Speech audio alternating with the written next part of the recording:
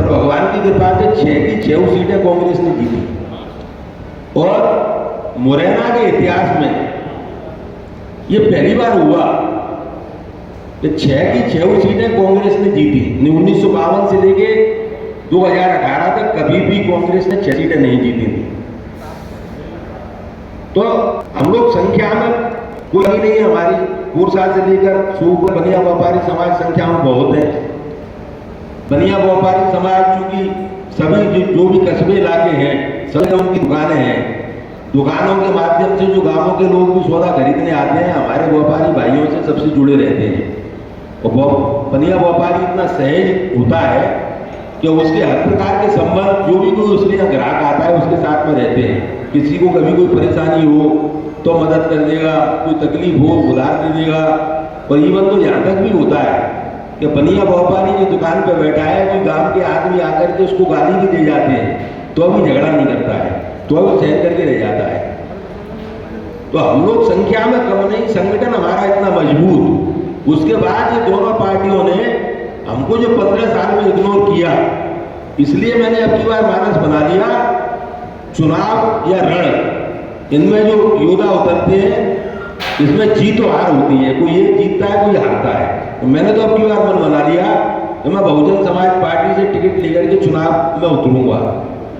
और मेरे 7 दिन के प्रयास में, जबकि कांग्रेस में मैं 3 महीने से प्रयास कर रहा था, और मेरे 7 दिन के प्रयास में बहुजन समाज पार्टी की राष्ट्रीय अध्यक्षा आदरणीय बहन मायावती जी ने हमको टिकट दे दिया 14 अप्रैल के दिन। 14 अप्रैल को मेरे को टिकट मिला, मात्र 20-22 दिन का मेरे को समय मिला। और उसमें हमने बहुजन समाज पार्टी के सभी संगठन के कार्यकर्ता बंधु और हमारे बनिया व्यापारी समाज के सभी कार्यकर्ता बंधुओं को लेकर के चुनाव लड़ा।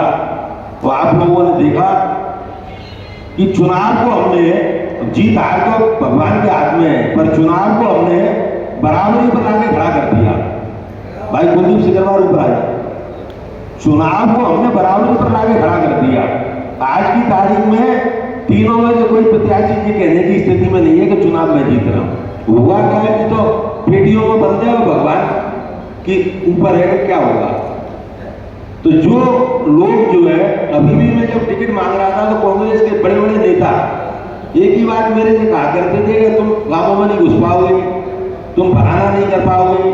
तो मैंने ये तो लोगों को बता दिया कि भले ही हमको चुनाव का अनुभव नहीं है, पर चुनाव को इतनी मजबूती से लड़ा के एक बार तो मैंने जो है चुनाव को बराबरी में लाके खड़ा कर दिया।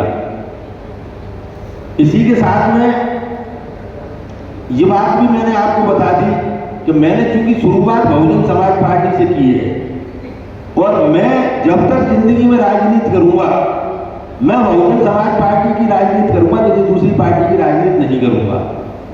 अभी तक मैं चूंकि बाहर से जो है सहयोग करता था, तो कभी मैंने भाजपा को सहयोग कर दिया, कभी बसपा को सहयोग कर दिया, कभी कांग्रेस को सहयोग कर दिया। पर अब चूंकि मैं बहुजन समाज पार्टी से चुनाव लड़ चुका हूं, तो मैं अब जो भी राजनीति करूंगा वो मैं बहुजन समाज पार्टी की करूंगा, मैं किसी भी पार्टी को सहयोग नहीं करूंगा, चुनाव जीतूं या हारूं। क्योंकि अब मैं सक्रिय राजनीति में आ गया हूं, तो अब मैं इसके बाद में घर नहीं बैठूंगा। मैं यदि चुनाव जीता तो पूरे मुरैना और सोनपुर क्षेत्र का विकास करूंगा, क्षेत्र के गरीब जनता का विकास करूंगा। और चुनाव नहीं भी जीता तो अभी मैं जो मुख्य समस्याएं हैं उनमें मैं जो है कहीं से भी व्यवस्था करूं, कैसे भी व्यवस्था करूं, उसमें मैं काम करूंगा।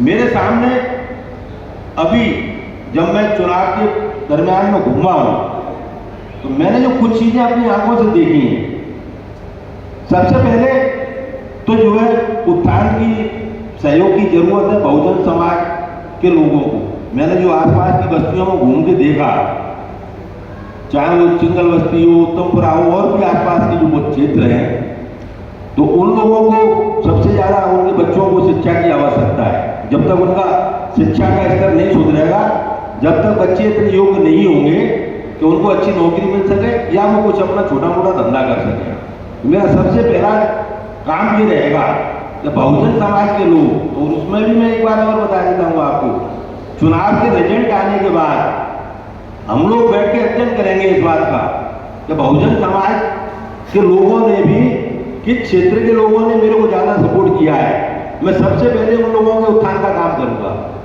क्योंकि बहुजन समाज में भी कुछ समय से ऐसा हो गया है कि कुछ वोट इधर उधर जाने लगा है, तो वो इसमें भी हुआ है।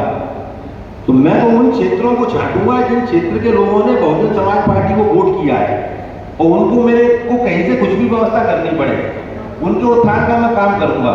सबसे पहले उनकी शिक्षा का स्तर सुधारूंगा, दूसरे नंबर पे उनके स्वास्थ्य की व्यवस्था को ठीक करने का प्रयास करूंगा, और तीसरे नंबर पर उनके बेरोजगार जो बच्चे होंगे उनके लिए कुछ ना कुछ रोजगार के साधन उपलब्ध कराऊंगा। इसी के साथ में अभी मैं भ्रमण करते हुए जब विजयपुर क्षेत्र में गया, तो विजयपुर क्षेत्र में मेरे को 3 बड़ी समस्याएं उन्होंने वहां पर बताई। सबसे पहली समस्या उन्होंने बताई कि विजयपुर क्षेत्र में जो सरकारी स्कूल हैं उनमें से बहुत सारे स्कूल तो बंद हो गए, जो स्कूल चलते भी हैं उनमें जो वहां का टीचर स्टाफ है, मास्टर वगैरह जो होते हैं, वो प्रॉपर तरीका से बच्चों की पढ़ाई पर ध्यान नहीं देते हैं। तो ये विजयपुर क्षेत्र की समस्या को मैं कैसे भी, चाहे भाई मेरे को कहीं से भी कुछ मांग के लाना पड़े, हमारा समाज भगवान की कृपा से बहुत बड़ा समाज है, और हमारे समाज के लोगों को की शुरू से दान प्रवृत्ति रही है। पुराने जमाने में जब हमारा देश आजाद नहीं था, उस समय भी आप लोगों को ध्यान हो या आप लोगों ने सुन रखी हुई बात है कि हमारे समाज के लोग उस समय भी धर्मशालाएं बनवाया करते थे, कुएं खुदवाया करते थे, प्याऊ लगवाया करते थे, मंदिर बनवाया करते थे, स्कूलों का निर्माण किया करते थे। तो हमारे समाज के लोगों की तो दान प्रवृत्ति हमेशा से रही है। तो मेरे को अपने समाज के लोगों से बाहर से भी जाकर के मांग के लाना पड़े, पर मैं इस व्यवस्था में उनको सहयोग करूंगा। इसी के साथ में दूसरी व्यवस्था विजयपुर के लोगों ने मेरे को जो बताई कि वहां पे अस्पताल को लेकर बहुत बड़ी समस्या है।